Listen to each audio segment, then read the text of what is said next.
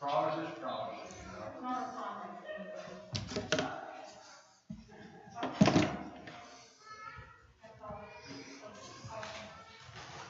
Oh, is that for sale? It's for donation. Oh, my goodness. Yeah, I'd like someone to give us one of those for the garage sale. Just so it's running and in good repair. I think I have to try to fix the thing. If it's not. Now, you remember what they used to call the letters for Ford, fix or repair daily? Yeah. I think those are probably closer to that. Yeah, it costs a fortune after the repair one. Yeah. How's Jake doing today? I'm doing good. I'll be happy when the internet's upgraded so I can push HD video better. Right now we've got a tiny little pipe and we're trying to push a lot of stuff through it. I've been working very well recently, I guess, due to your efforts. Yeah. What do you mean, what upgrade?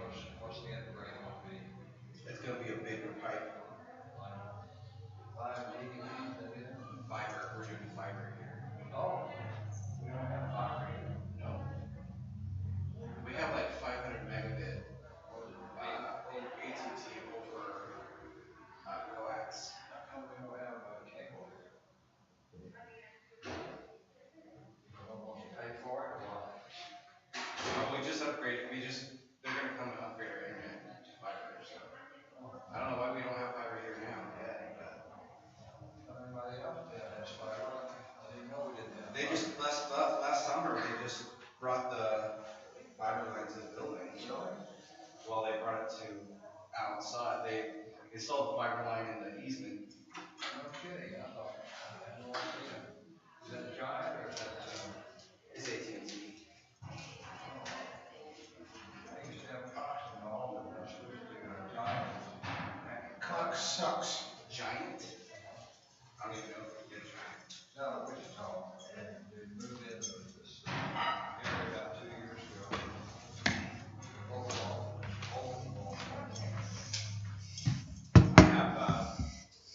I have Cox and AT&T. You don't need it. And I'm gonna have Starlink too. I have a plan for my server rack, and it's gonna need that. Are you going to open up an ISP? No, but do you want? I could. Yeah, you could. I don't have the networking here for that. I'm opening up hosting and backup storage.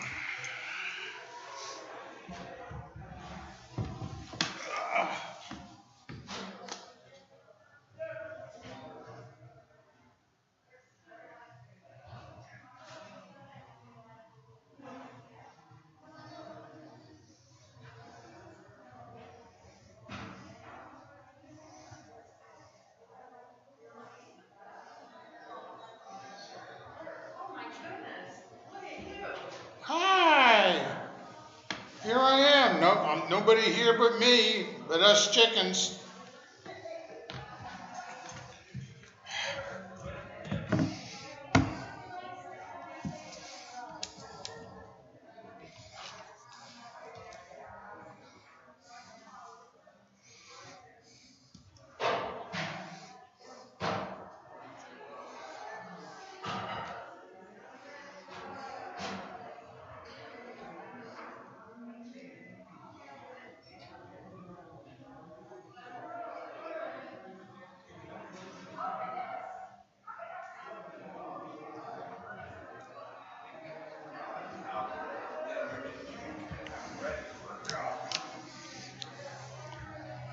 Now would be the time to get it. God, I love that mic.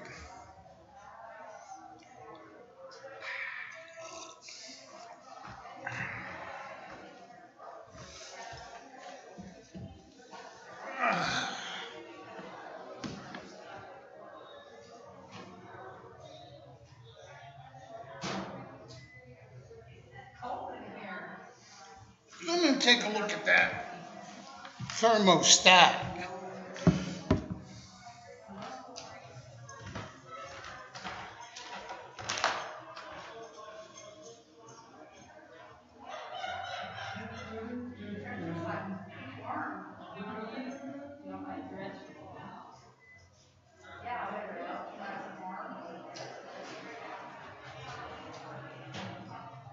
Yeah, where's Joe?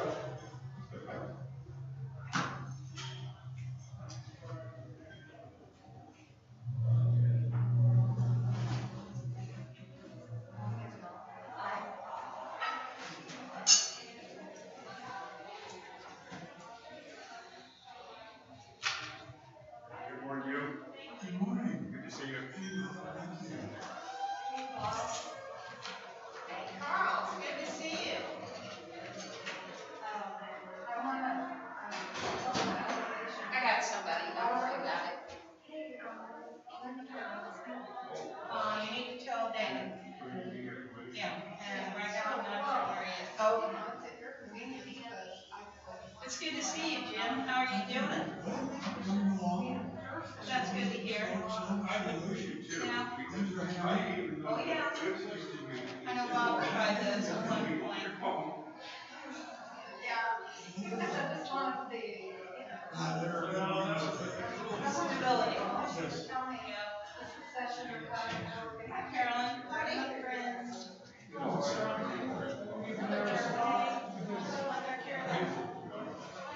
Hi, Jim. Good to see you. So I need to go. Hey, Fred, Good.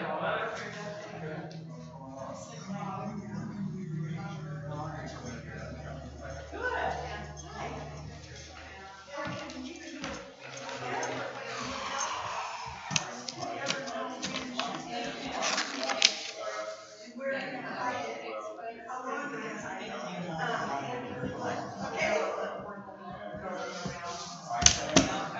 Clipboard's going around for sign up. Oh, by the way, is there a special place on the website for pledge? I don't know. No, there's not. I need to tell you that Carolyn. Carolyn needs an announcement about a sign-up sheet. This will be going around. Okay, you want me to say something? Yes. Yeah, tell her. Okay. And you got the announcement for Krista, right? Right. Yeah, see, Krista? Okay.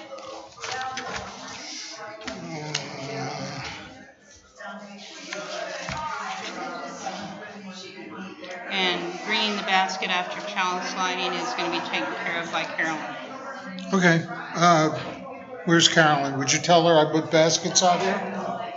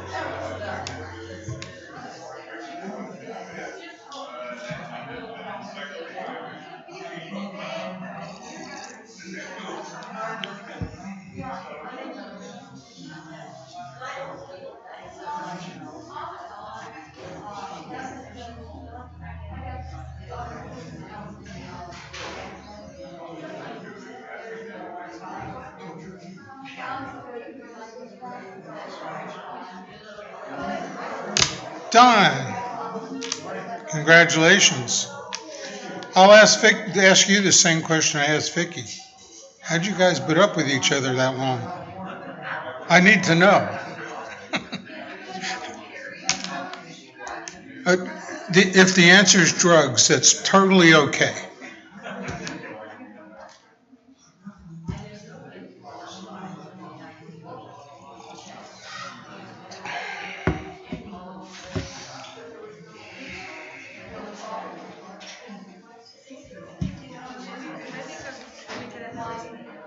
Yeah, I've got you on the list. I'll call you up.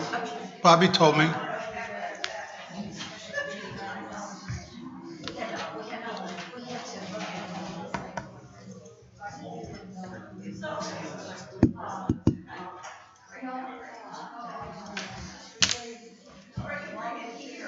Hi, Bob.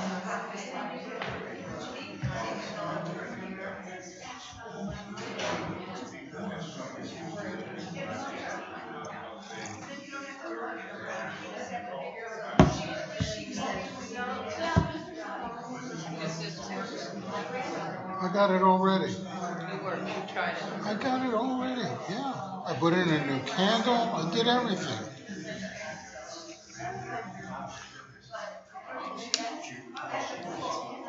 I'm amazingly self-sufficient when I need to be. Walter? Can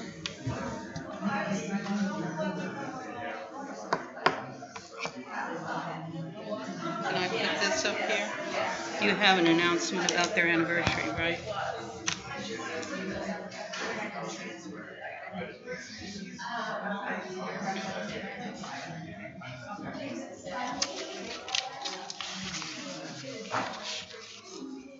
And don't walk off with it when you...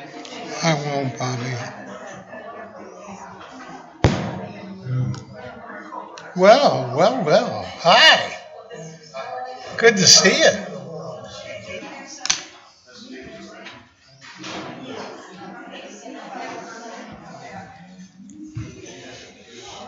Good morning.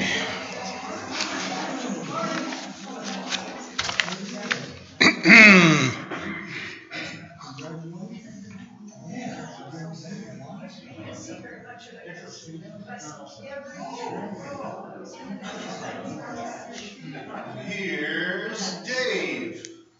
Id. I'm just waiting. Okay, good morning. As you previously heard, I'm David Schaeffer. And Bobby and I will be presenting the program today. The welcome is from Amanda Schuber. It's called We Are Glad You're Here. If this is your first time here, or your 101st time here, we're glad you're here. If you carry the weight of a weary world on your shoulders, or you entered through the doors with a song in your heart and a skip in your step, like Don, we're glad you're here. If you are the loudest voice in the town square, or the subtle hand behind the scenes, we're glad you're here. If you have failed once or 1,000 times, we're glad you're here. If you sing like angels or mumble behind the hymnal, we're glad you're here. This community is what it is because of your presence. So welcome. Welcome into this space of love, support, justice, compassion, fellowship, and worship. Again, that was by Amanda Schuber. Announcements. We have a lot of announcements. Okay. And then we have joys and concerns. So starting with the announcements, a reminder to everybody, a couple of reminders. One, please mute your phone. Yep. Okay, I'm doing it. All right, I did it. Okay, number 2, please be aware, as usual, we are live and streaming to YouTube. What that means is everything that is being said and done here today is being recorded and will be out on YouTube for quite a while and accessible by anyone. So if you want to participate and be recorded, fine. If you do not wish to participate, and that's your choice, but just be aware that you are being recorded and it is live right now. Okay, Sunday task sign-up sheet is being passed around by Carolyn. We are in need of people to do things like the collections and things like that.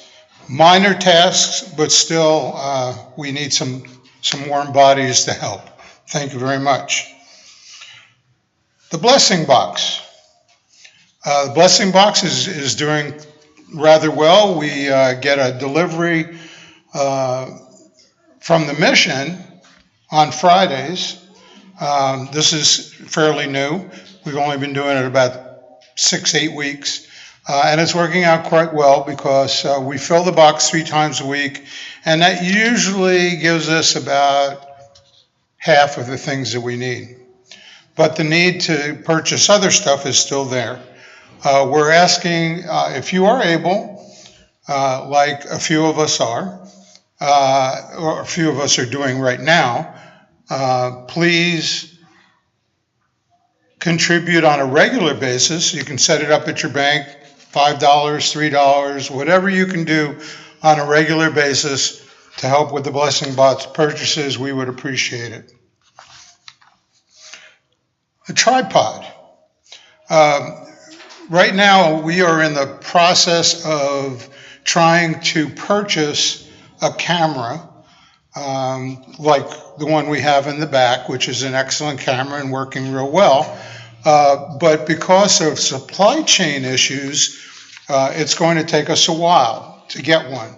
So Jake has been donating, bringing his camera every week, so we have a good camera to broadcast our service. He also brings his tripod, which is nice of Jake, but he's got to schlep it in and schlep it out.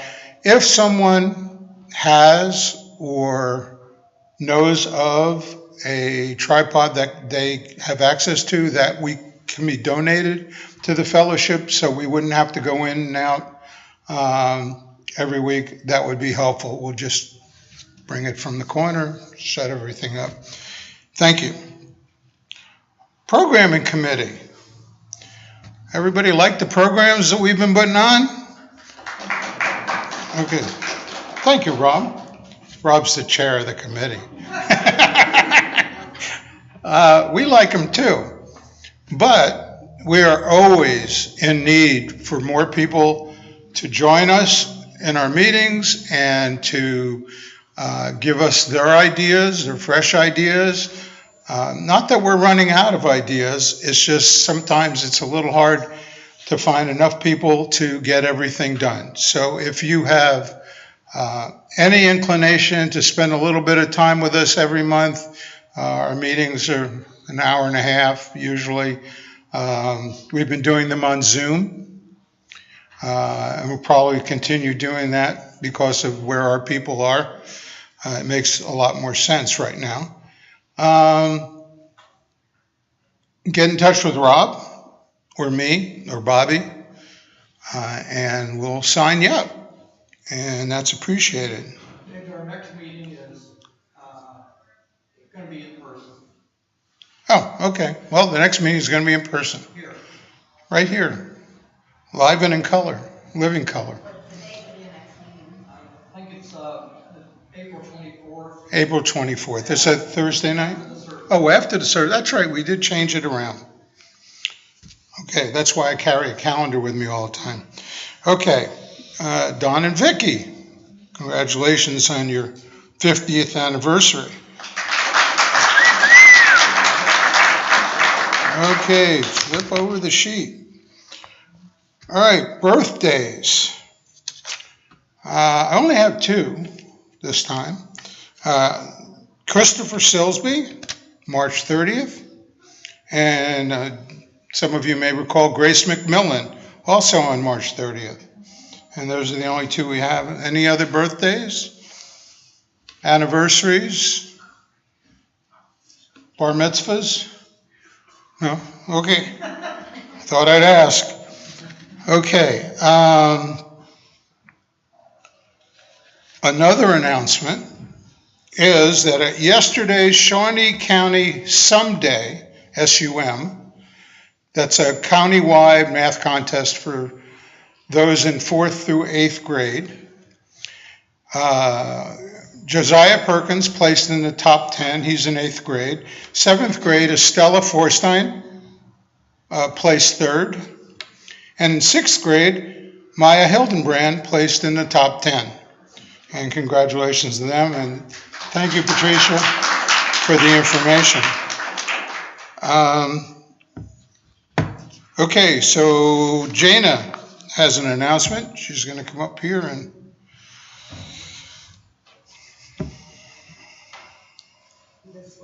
Yep. Okay, UUFT rummage sale. It Takes a Village is happening April 8th and 9th.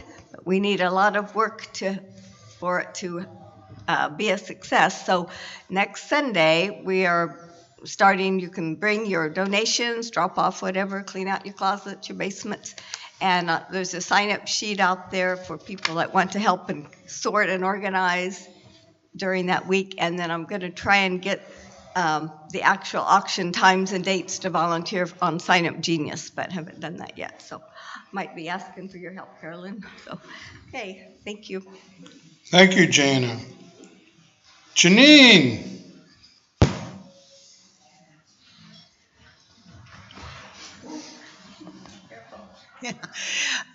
Just another reminder of our pledge campaign, pledge drive. You will be received, it's going to be all done digitally, digitally. So you will be receiving all the information, your link for the pledge form through email, on Facebook. We're going to try and get it out there as much as we can. But with the email, please be sure to keep checking your, what is that called? Spam, your spam folder. Because since it's going out to a number of people, we've found that it often goes into people's spam if you have not told it not to do that for UUFT.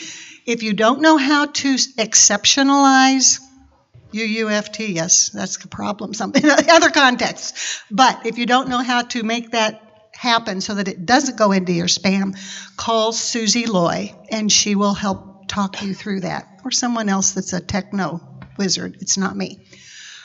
So please, we, as Jana said, it takes a village, and there is a lot we want to do in this next year.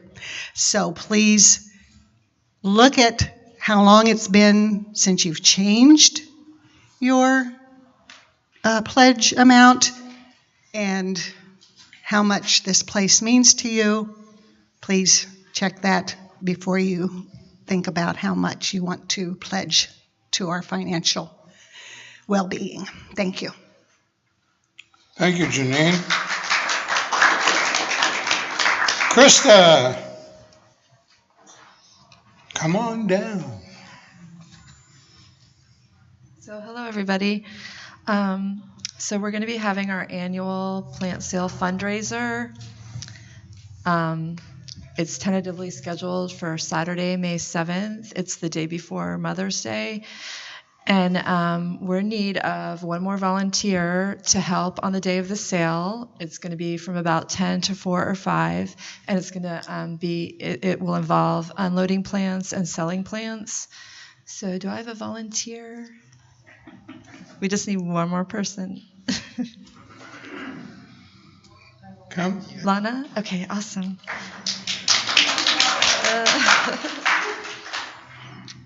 All right, and I wanted to ask, does anybody have any suggestions on the kind of plants they want to see us carry this year?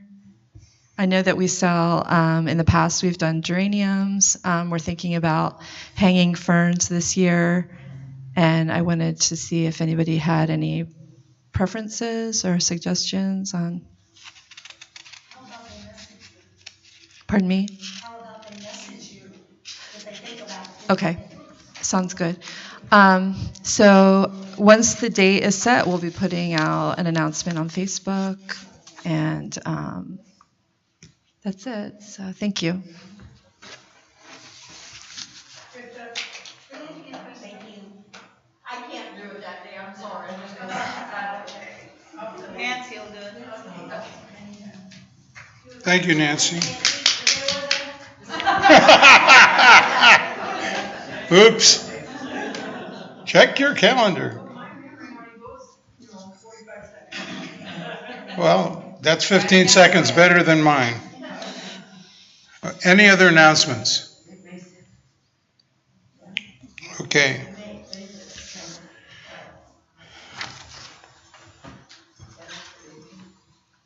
As a community of faith guided by shared principles, we light this chalice this morning in this space with the words of Sarah Ruth Van Gelder.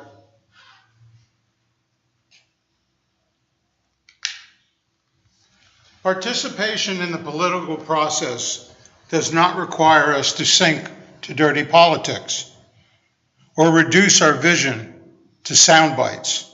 As our circle of compassion has expanded, so have our capacities to keep ego from dominating the world, to build movements based on distributed power, to listen deeply to the fears and hopes of those we are trying to reach, and to choose language that communicates our common humanity and aspirations.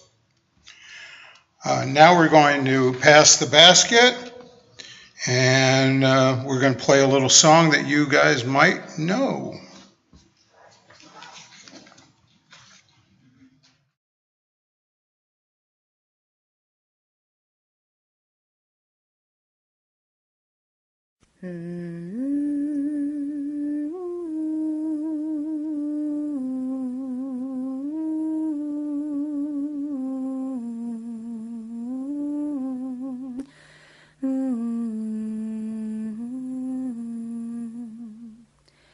From you I receive, to you I give.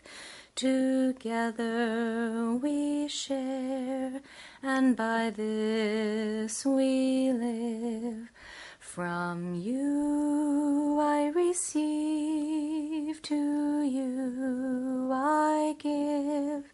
Together we share, and by this we live.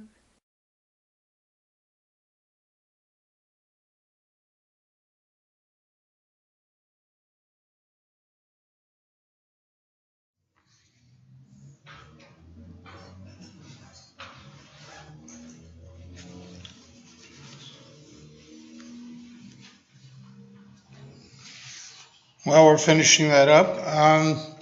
The opening music today, I go out on the UUA website and I go out on YouTube and search for UUA music or UU music in general.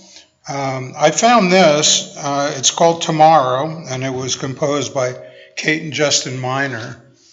It was performed by the UUA General Assembly 2020 virtual choir. I found it quite touching and relevant.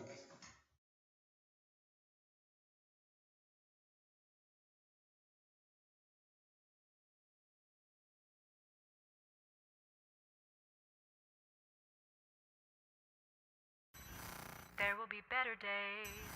There will be better days. There will be better days. There will be better days. There will be better days. There will be better days. There will be better days. There will be better days. Let the wave wash over. There will be better days. There will be better days. There will be better days. I am there will be better days.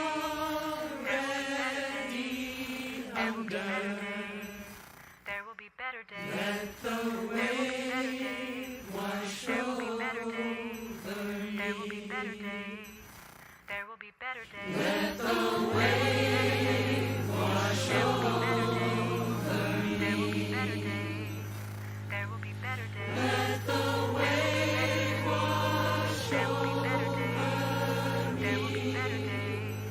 There will be better days. There will be better days. I am there will be better days.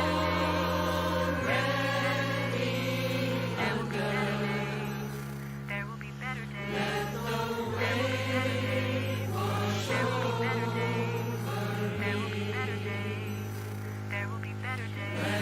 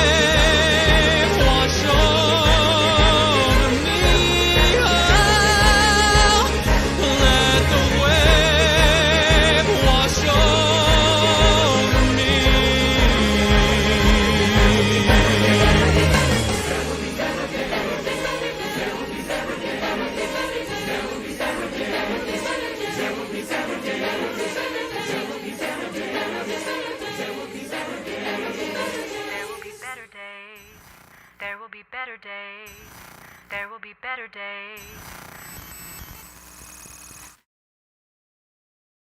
There will be better days. There will be better days. There will be better days. There will be better days. There will be better days. There will be better days. There will be better days. There will be better days. There will be better days. There will be better days. There will be better days. There will be better days. A month ago, Bobbi and I presented a somewhat controversial program on the fifth principle.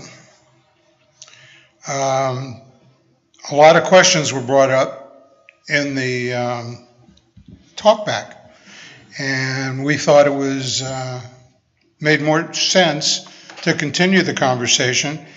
And over the past week, Bobbi has been doing several weeks, Bobbi has been doing some great research into the fifth principle and the fifth principle project. And she's going to share that information with us, and hopefully we'll have another spirited discussion. Bobbi.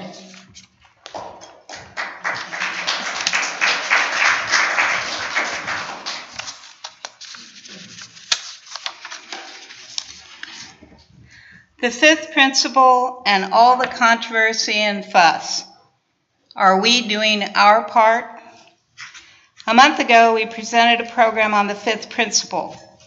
Just a refresher, the fifth principle is the right of conscience and the use of democratic process within our congregations and in society at large. Some of you may be aware of the fifth principle project. If not, it may be worth your while to Google it. The website was created by Jay Kiskell, who at the time was running for the UUA's Board of Trustees. On the website, they described the project as a grassroots initiative to gather into community Unitarian Universalists who want to reinvigorate the right of conscience and renew the democratic process in the governance of our denomination. This grassroots movement was initiated with a letter to more than 1,000 congregations because it has become apparent that our denominational governing body has lost touch with the spirit of its mission of servant leadership to the members and congregations and drifted into a top-down, ideologically driven governing model. Only by exercising our collective voting power can we have a voice in setting the direction of our faith movement. Their mission is, we seek to restore our fifth principle as the governing principle of our denomination. The goals of the Fifth Principle Project listed are as follows.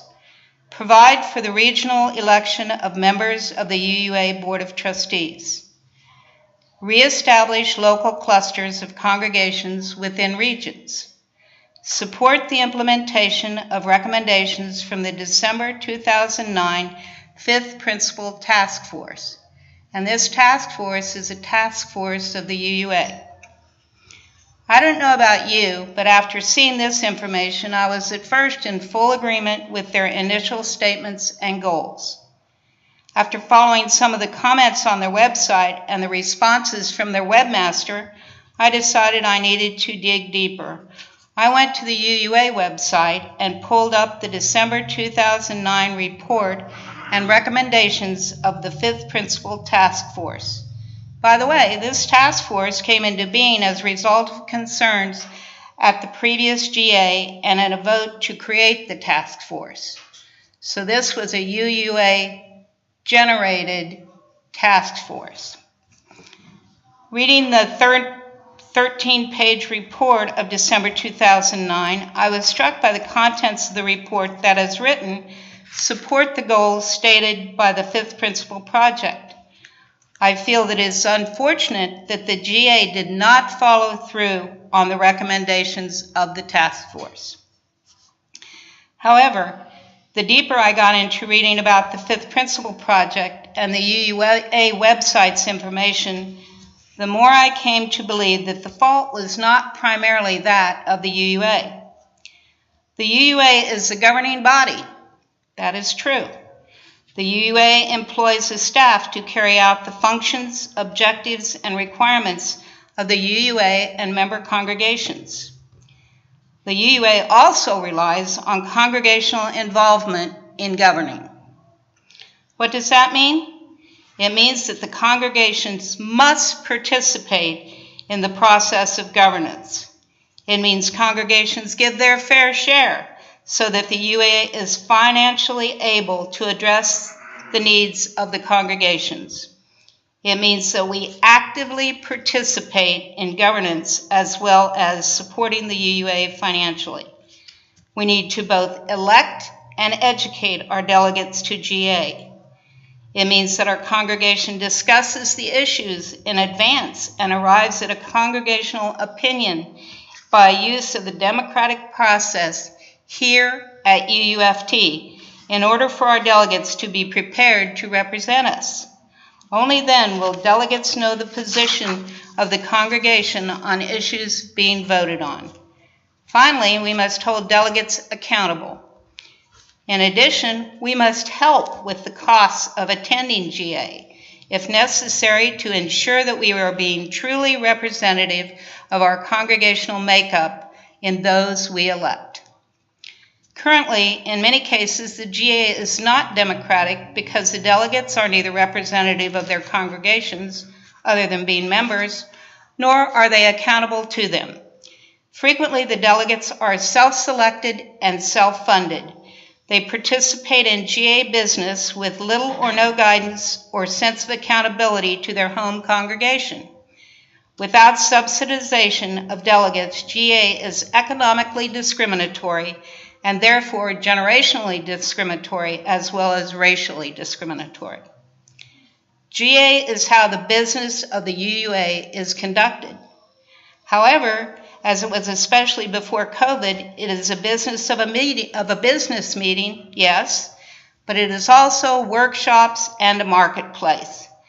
There are many distractions from the primary business of governance.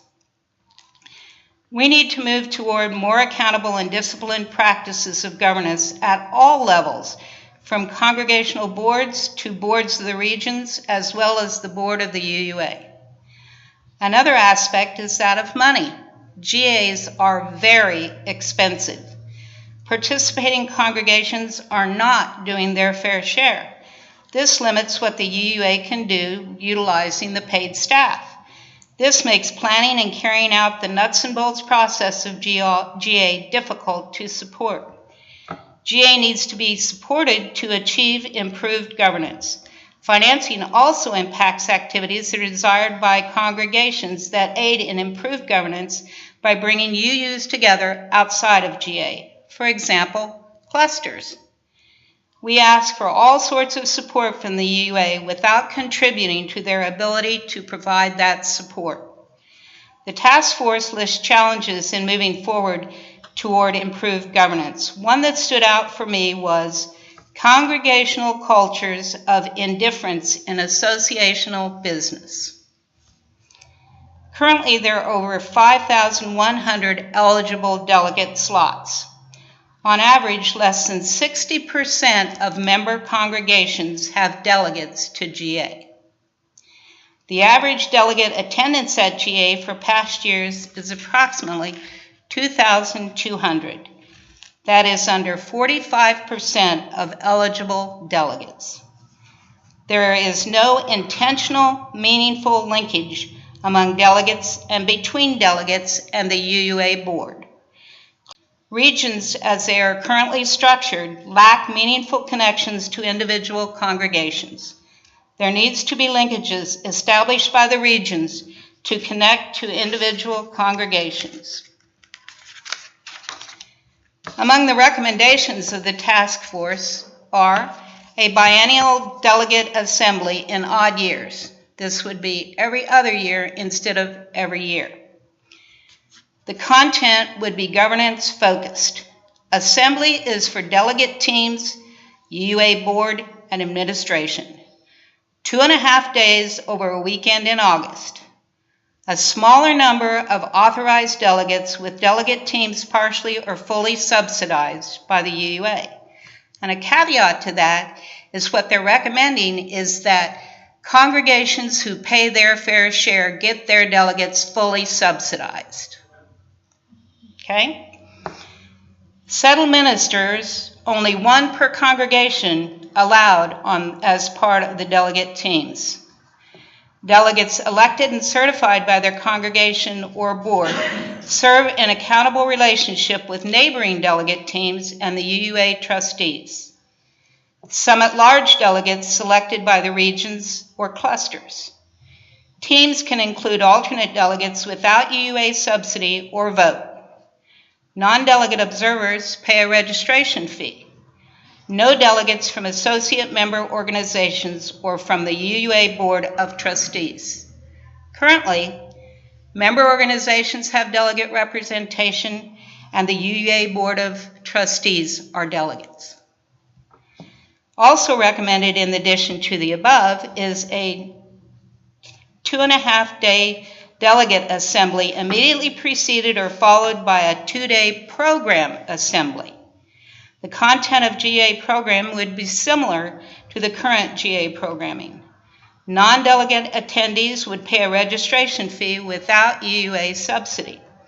Delegates' registration fee would be paid by the UUA, but room and board subsidy would cover the delegate assembly only. The future of our UU movement can ill afford to continue the ways of faux democracy and unaccountable representation that have characterized associational governance, including the content and process of GA. The task force believes that the status quo for GA is not an option. We believe our recommendations lay out a vision for effective leadership of member congregation governance that reflects core values of our liberal faith and the imperative for bringing leadership from member congregations and our association together in mutually accountable relationship around matters of greatest importance to the present and future vitality of our UU movement. Then they list challenges to accomplishing these goals. One challenge would be task force recommendations require substantive bylaw changes. A challenge is how to get relatively unaccountable delegate body to vote for them. And you can see that a member who's going to lose delegate status may not want to vote for this. Loss of delegate status for the UUA Board of Trustees. Also losing delegate status would be those DREs, ministers emeritus, and other settled ministers beyond the one per congregation who would be granted delegate status. There would be loss of delegate representation for associate members, and that's the UUSC, the UUWF, and the UUUN. Also, there are other member organizations that have been established between 2009 and currently who also have delegates who are not members of congregations. And the list goes on. You can access a complete list on the UUA website under 5th Principal Task Force, December 2009 report to the board. What I've been reading on the UUA website seems to indicate that these recommendations are now being revisited. Keep in mind that these recommendations have those who oppose them. There are those who would lose delegate status and no longer be able to vote, and they comprise a large group. One of the realities we need to confront is that all changes to UUA bylaws have been through an extensive and lengthy process prior to be voted on by GA. Were we present to give our view during these processes? A comment on the 5th Principal website struck me. Miles R. Fieldman stated, "It seems to me that the entire study commission is invalidated by the lack of direct and extensive engagement with congregations." Were the congregations present to be directly and extensively engaged? A comment by Judith McGavin, a past UUA board member on the 5th Principal Project website was, It is my opinion that the UUA has been systematically moving towards a centralized governing body for quite a while, doing away with district execs, dismantling districts, moving to regionalization with all trustees voted for at large. She goes on to say, back then we were an association of congregations that were served well within their districts, and the trustees had a clear and open communication channel from districts to Boston and from Boston to the districts. Member congregations knew what was going on within the UUA as well as other congregations within their districts. That has been lost, and all information is now held centrally. What happened? Were we asleep at the switch with delegates more into the workshops and marketplace at GA while the business meeting was progressing without us? Or were we absent entirely? These changes were voted on and passed at GAs before the reorganization was implemented. It wasn't something that was generated by the UUA Board of Trustees without input from GAs. That brings us to racial justice, white supremacy, and patriarchy element that has been so divisive. As Judith McGavin states, racial justice is a significant movement that our liberal religion should be addressing. Our dissenting tradition calls us to address it. However, the current model shames, scolds, and punishes thinking and speaking out of sync with the current approach. Instead of fostering beloved community, we are building "you're wrong and we're right" communities.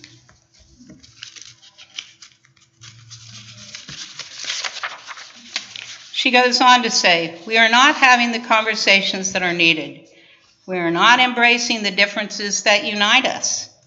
My heart aches for what we have discarded, that sense of safe community where we could air our differences. Of course, our founding mothers and fathers were white, but UUs were on the right side of justice historically. And of course, we are now called to recognize white privilege, institutional racism, sexism, ableism, and all the other isms. The question is, how? Not with words, not with shaming, not with scolding, not with excommunicating, but with meaningful actions. In the current models being trotted out, I hear wonderful words. We are so good at words, but when I get up tomorrow morning, what should I do? What behaviors will I engage in that will make a difference? What can I do in my community? How do I address the power structures that keep white privilege in power? I feel lost in the new UU. It is not the UU I joined in 1962 Salt Lake City with the child I wanted raised in a liberal faith. It does not feel the same. Something important has been lost, discarded for the sake of political correctness. I don't criticize or applaud Reverend Eckhoff's book or his manner of distribution at the GA.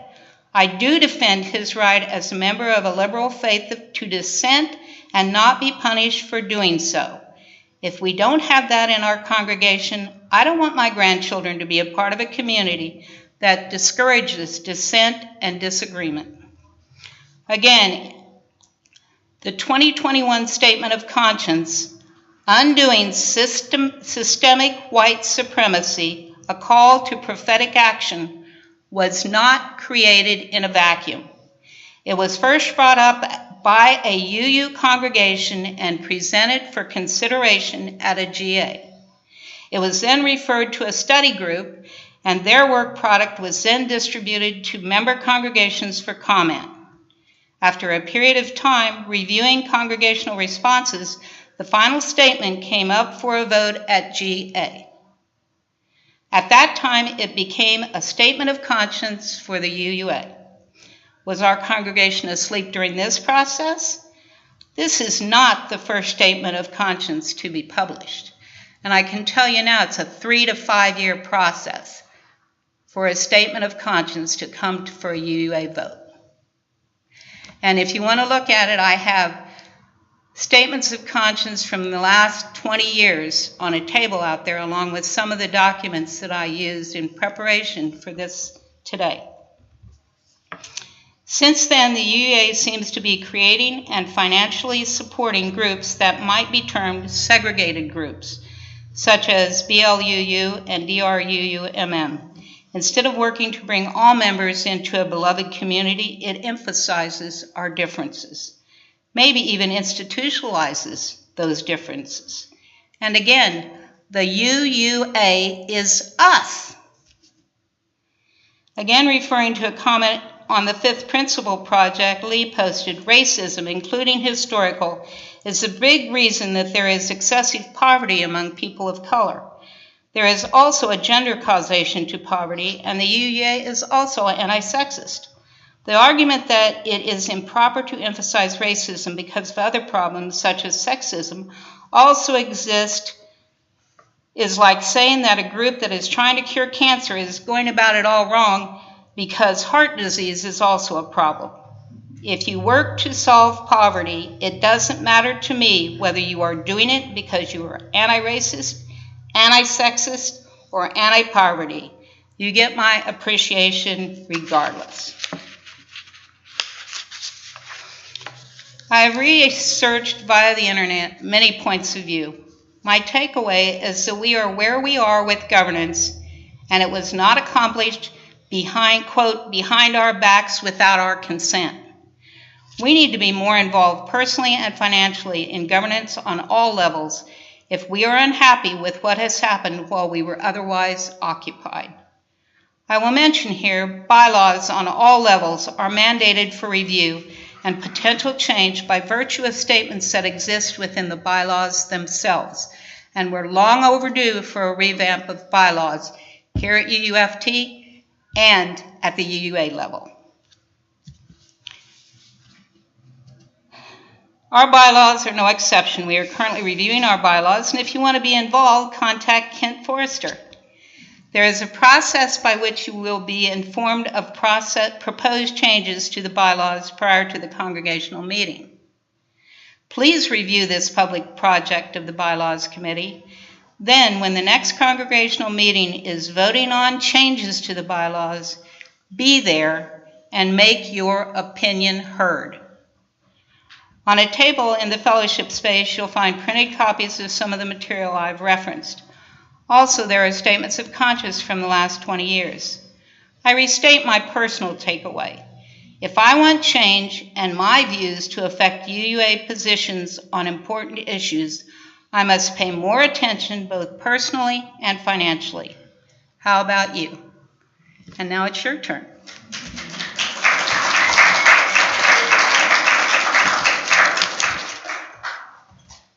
I've been asked to reiterate. This is? Yeah, you're on. Okay. That this is being recorded, and if you come up here, it will be on, your face will be on the recording. Camera's right there, blinking red light. What? Right. My comment, and thank you, Bobbi, you did an incredible job on that. How many splinter groups are going to be created by the UUA to handle situations and problems that are best dealt with en masse?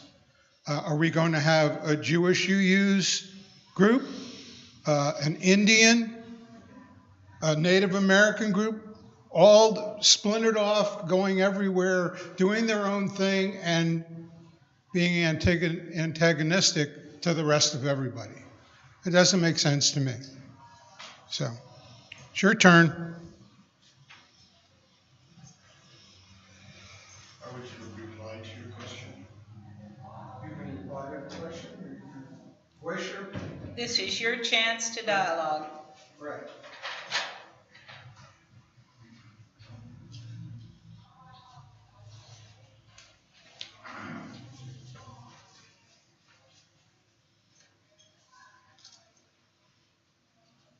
Oh my goodness, Bobbi.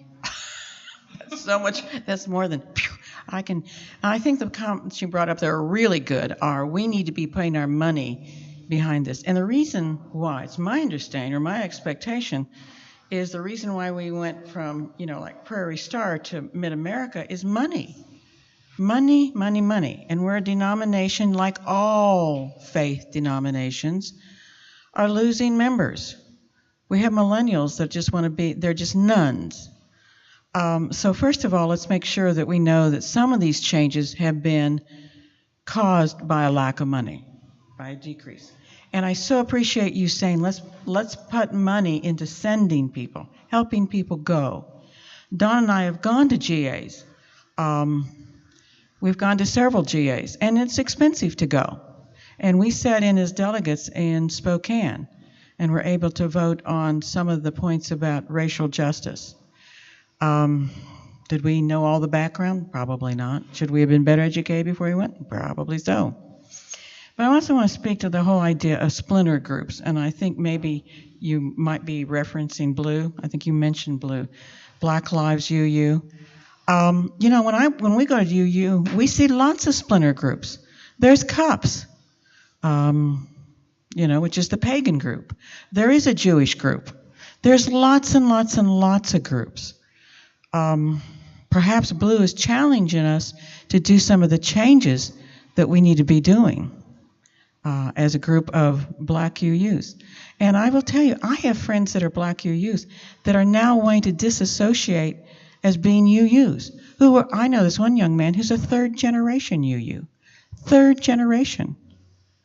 And the pain and the hurt he has felt has caused him to leave UU. What can we do to help take care of that? And who's experiencing shame? And look, this is a living tradition. You can go back through our history, and you can see all the different times when we have changed. We went from being anti-Trinitarian, lost Michael Servetus to the flaming, stake. Then in the 1800s, we became Unitarian Christians. And any time we have made those kinds of changes in this living faith, and my daughter calls it a faith, a life-saving faith. It has been a life-saving faith for many people. There have been people who have dissented, and yet we keep growing, we keep changing. When the humanists came in, the UU Christians, that wasn't for them, but we have become much more of a humanist association the last 80 years. What changes are we now facing now, and how comfortable or uncomfortable are those changes?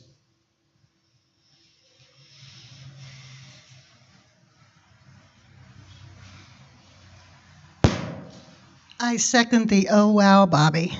That was amazing. And I really like that you quoted from the task force and not the principal project or whatever that other group is called, because there's so much in there we have not yet accomplished. And I have a question.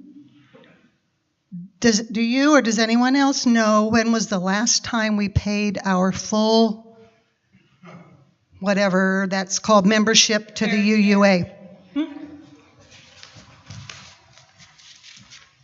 They refer to it as fair share. Yeah. And I want to tell you, at the point that David and I were in a congregation in Baltimore, we looked to Topeka, Kansas, who was always an honor society. And an honor society means you always pay your fair share. So we have gone from being an honor society to not paying our fair share. And there's all kinds of reasons. But I think what's been lost in our reasoning is why we pay our fair share. It isn't to get the magazine. It isn't for reasons like that. It's to participate fully in governance. I am so happy you are going to be our president this next year. Yeah, and so I don't know how long it's been since we've paid our fair share. In terms of splintering, we do that with our budget. And our fair share has been splintered off in previous years where people are asked when they pledge, do they want to also pledge something to the fair share?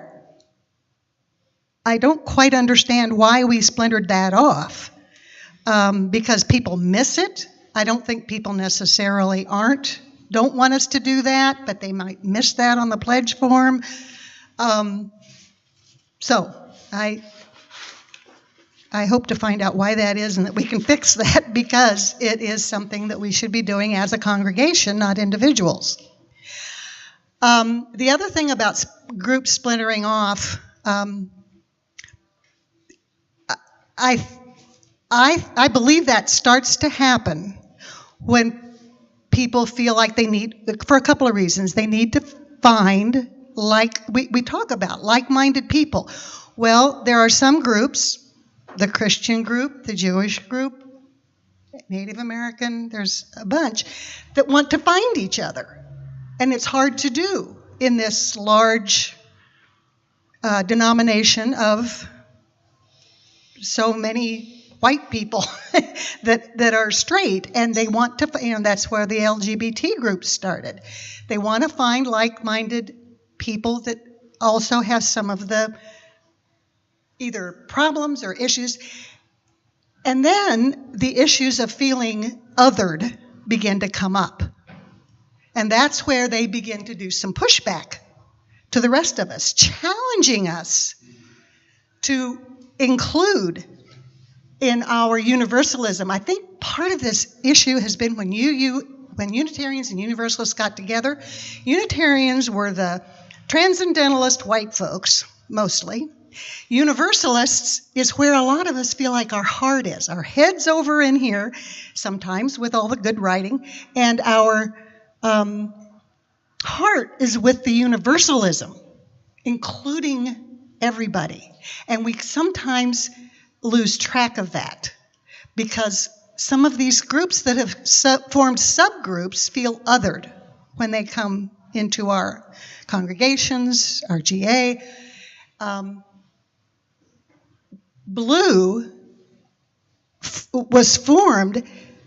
There was a previous issue with the UUA back in the 60s, I think it was that right? Where our promises, we did not live up to what we needed to do with our, all of us. I almost try not to say African American or black members, because again, that separates them out. They are, all of us are UUs, and yes, we need to look at that. But we also need to look at why people look to these other subgroups.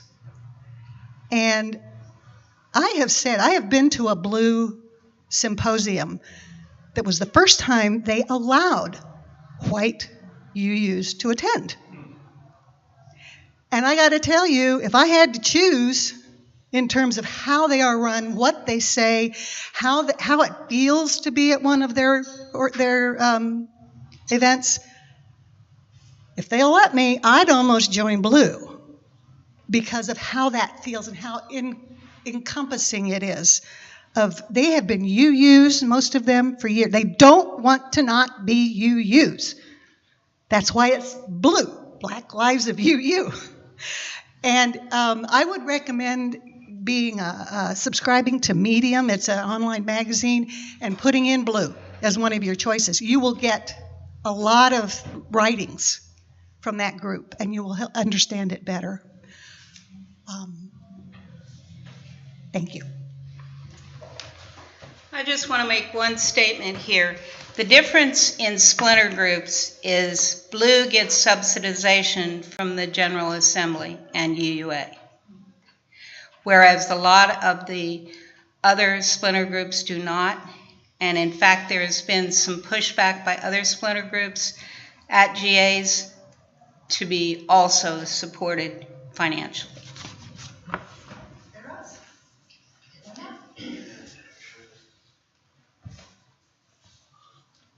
I hope I can remember all the things I thought about 45 seconds ago.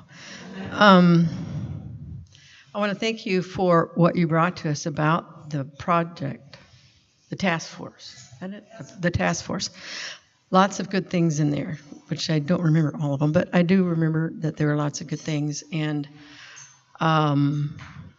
many things that can be worked on that looks like they haven't been, but it's not too late. I get this feeling that to get all of that like moving as a force, it would need to come from the bottom up, as like the grassroots type of things, that congregations in like you might mention clusters, almost like clusters forming themselves to get started.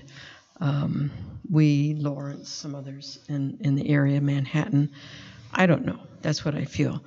I do know from my experience in big, like you called it General Assembly. When I was a teacher, I always refer back to that. They had the National Education Assembly, and they had representative assemblies every year where they came from all over the United States. Big, big, big. But they had the different caucuses. They had the states getting together. We all learned about issues of beforehand, and we came there as a state wondering about or working on what our issues would be. And then you had little caucuses, like you had a social justice one, you had things that were national ones that you would go splinter off to and work on and bring to the floor their concerns. So just as with the General Assembly, it's something that before you go, you do need the education. And I think that was a really important point, that if we send delegates from UUFT, that what's going to be happening and brought up at the GA needs to be thought about and worked on and discussed with our congregations. And so we need to have delegates to get dedicated, and all of that needs to be done more than just 3 days before. It needs to be really discussed, and then those people from our congregation know what we as a congregation want, so we can take it there and have great discussions with other congregations that may have the same ones. And then you have creating a power base. So I can see that forming, but it does take the education. In terms of our fair share, I think we need to get caught up on that. And Janine, you talked about that thing on the pledge thing. Well, I have to admit that I didn't fill that out. And I do make donations on the side to it, but I didn't quite understand that, I suppose, in my thing. Like this weekend when I wasn't here for the auction, I was in Butler, up in Butler, Missouri area with a Chickamauga Cherokee tribe, and I was being adopted into the tribe. And one of the things that they do is they get an earring, and I'm, like freaking out. I don't want to get an earring. Then I realized I don't know why they get an earring. So I finally went up to the Uku chief, and I said, Robert, why do they do an earring? Maybe I need to know that.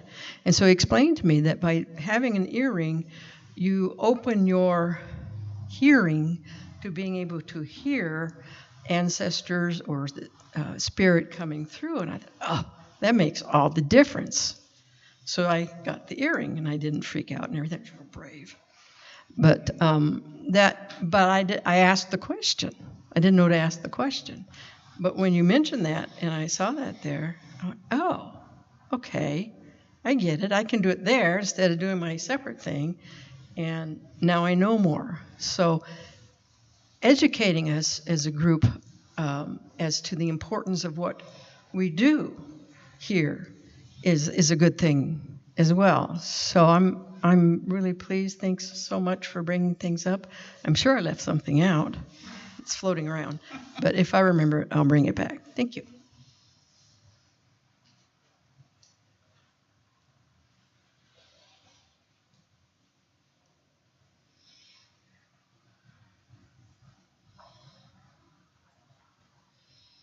I'd like to start with saying that consensus is hard. I think we all know that. But I want to circle back to like-mindedness. this actually might be part of our problem.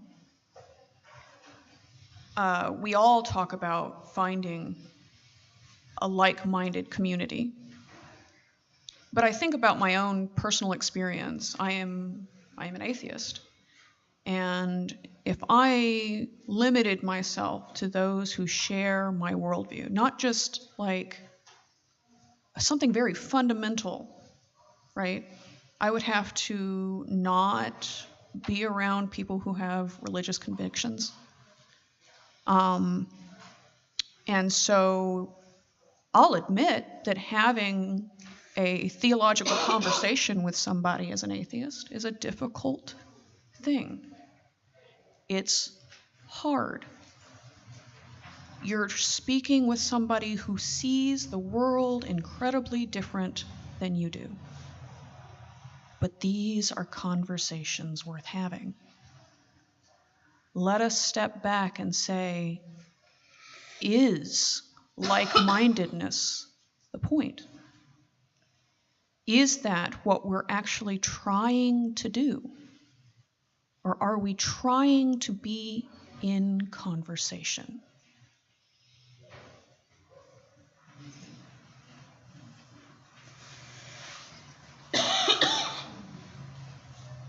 Thank you so much for that. I wasn't going to say anything. I just surprised myself because I had a rush of whoosh, and I had to respond. So I'm as surprised as you are.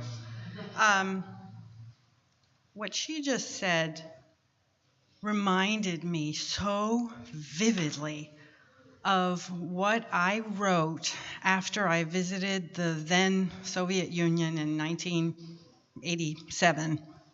End of 86, I think it was end of 86. I went there and had this incredible 3-week experience with this incredibly diverse group of people, a bunch of hippies and a bunch of church people. And we all had very different views about things. And we visited in the then Soviet Union different churches. We went to some Protestant, really, really, really small groups, as you can imagine, and some Orthodox communities. And I was just, gaga over this experience, over the sharing of ideas. And in my kind of write-up, like how my trip went, I wrote something that it just kind of came out of myself, and it's honestly how I felt at the time as a young adult. And it was also, I think, inspired by my reading of people like Thomas Merton. And I remember him saying how important, in this philosophy that he had and a lot of people shared, how important it is for individuals to be true to themselves, to be true to, how do you even express this, your own very, very personal spirituality. And I felt after this trip and my experiences that, an ideal world would be for all of us in all of our differences, and very, very different, if we were all to be completely true to ourselves in those deepest places, with the recognition that what that means is here you have all these people with all these very personal and different and diverse ideas and experiences and places, but if we were truest in ourselves, amazingly, we would be so united, because at the root, it's all the same stuff. Love.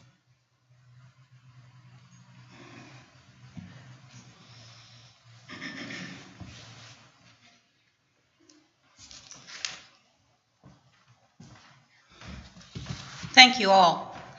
I think this is what we get. We get true to ourselves and a diverse group coming together with respect for the diverse issues and feelings of the others. In closing,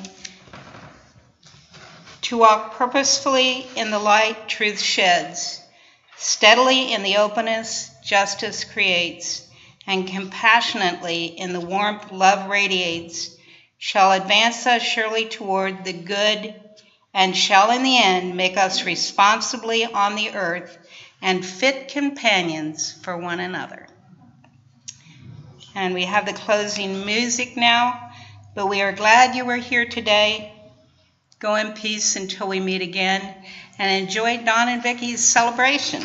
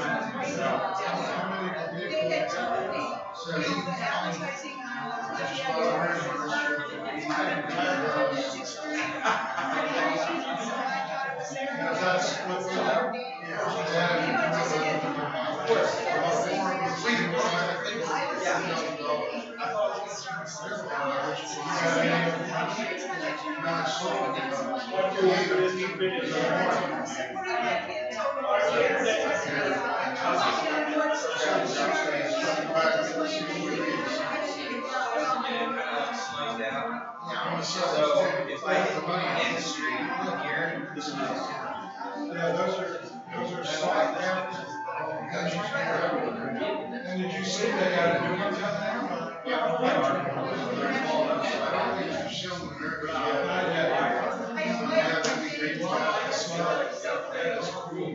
You should see all the conversion kits.